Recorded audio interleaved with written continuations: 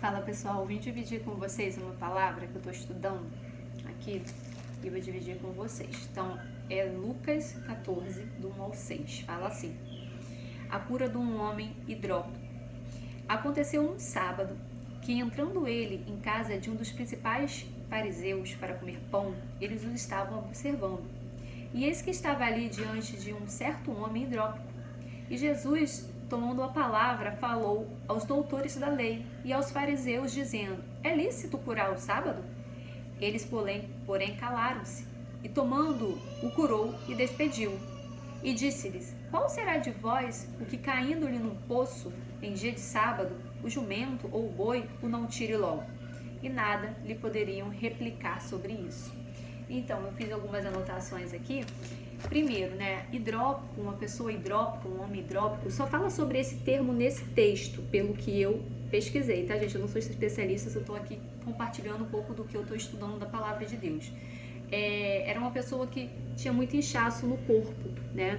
E hoje a gente já sabe que algumas doenças trazem esse inchaço, um problema cardiovascular, no coração, um problema dos rins, isso pode, trazer esse inchaço. Então, era uma doença grave. E aí, para os fariseus, na época, para que houvesse a cura, para que realizasse uma cura no dia de sábado, porque eles tinham os princípios, de guardar o sábado e tudo mais, só se fosse algo muito grave, alguma coisa assim, mortal, que não pudesse ser adiado. Fora disso, não poderia acontecer contra outras coisas que não podiam ser feitas no sábado. Não era lícito ser feito no sábado, né? E aí, eles convidaram Jesus para essa ceia, para esse encontro e tudo mais. Não se sabe ao certo se foi proposital, se foi colocaram esse homem hidrópico ali de uma forma proposital, ou o homem apareceu mesmo nessa reunião.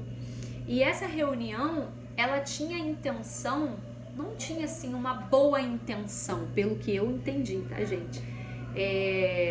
Que era para pegar e agraciar Jesus. Não, eles tinham uma intenção por trás, sabe? Como se fosse para acusar Jesus, para observar, tentar achar algum erro, sabe? Essa era uma das principais intenções desse convite. E Jesus, chegando lá, ele encontrou esse homem hidrópico, né?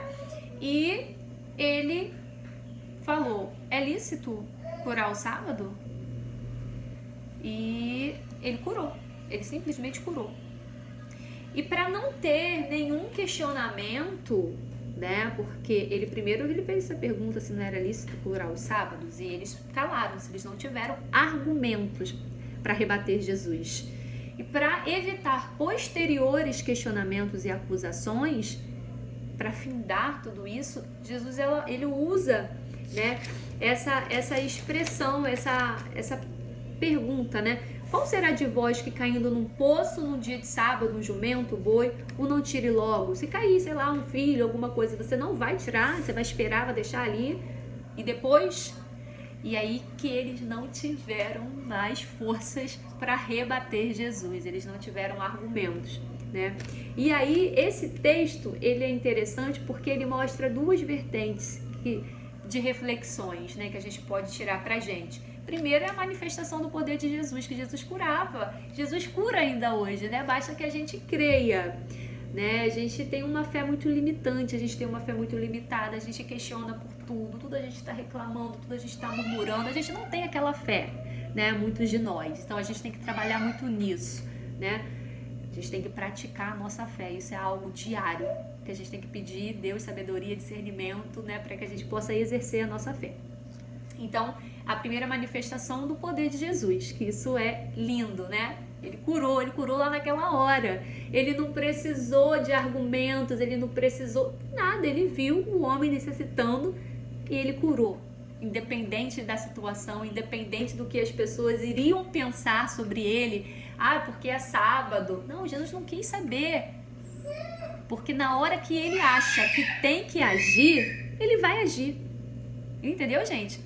Então, às vezes, a gente passa por situações que a gente não entende, que a gente acha que não tá que já passou da hora, por que ainda não aconteceu, mas quando for o tempo de Deus agir na sua vida, naquilo que você precisa, naquilo que você tanto tem pedido, ele vai fazer, independente da situação, mas é na hora dele, no momento dele, na circunstância dele. Então a primeira vertente foi essa, e a segunda é a sabedoria, né, que Cristo ele tem contra os adversários. Ele sabia que ele não era bem visto ali, vamos dizer assim que ele não era bem visto, que ele estava sendo observado, que as pessoas estavam ali tentando ver ele cair de alguma forma, alguma contradição, para depois irem para cima, para depois questionarem, falarem dele. Ele sabia, ele sabe tudo, né? Mas mesmo assim, ele soube usar os argumentos, ele soube usar, ele é fabuloso, né? Ele soube os momentos certos de agir, ele sabia o momento certo de curar, ele sabia a forma correta de fazer e ele sabia como falar e como questionar para depois ninguém ter argumento. E essa sabedoria que a gente tem que tentar. É difícil, é muito difícil ter sabedoria no mundo de hoje, né? A gente está rodeado de pessoas que muitas das vezes não nos querem bem, pessoas aí às vezes, né, mostrando uma face, mas por trás é outra, e às vezes você sabe, às vezes você é enganado, e muitas das vezes você sabe que a pessoa não te quer bem, e mesmo assim você tem que conviver, né? E a gente tem que ter sabedoria para lidar com todas essas situações, de como que a gente pode agir em diferentes situações. E essa sabedoria, ela só pode vir de Deus. Não tem outro caminho, não tem outra forma. É um exercício diário, a gente tentar buscar, tentar entender um pouquinho a palavra, tentar ser um pouco melhor, saber lidar, né, com os nossos adversários, que a gente tem mais adversários do que pessoas que correm ao nosso favor. Então, essa sabedoria só pode vir de Deus, tá bom, gente? Então, eu queria dividir com isso aqui. De vez em quando eu vou aparecer aqui porque eu estou estudando a palavra, tá? Porque a gente tira tempo para tudo nessa vida, né? E para Deus a gente não tira, a gente vai deixando sempre pro segundo.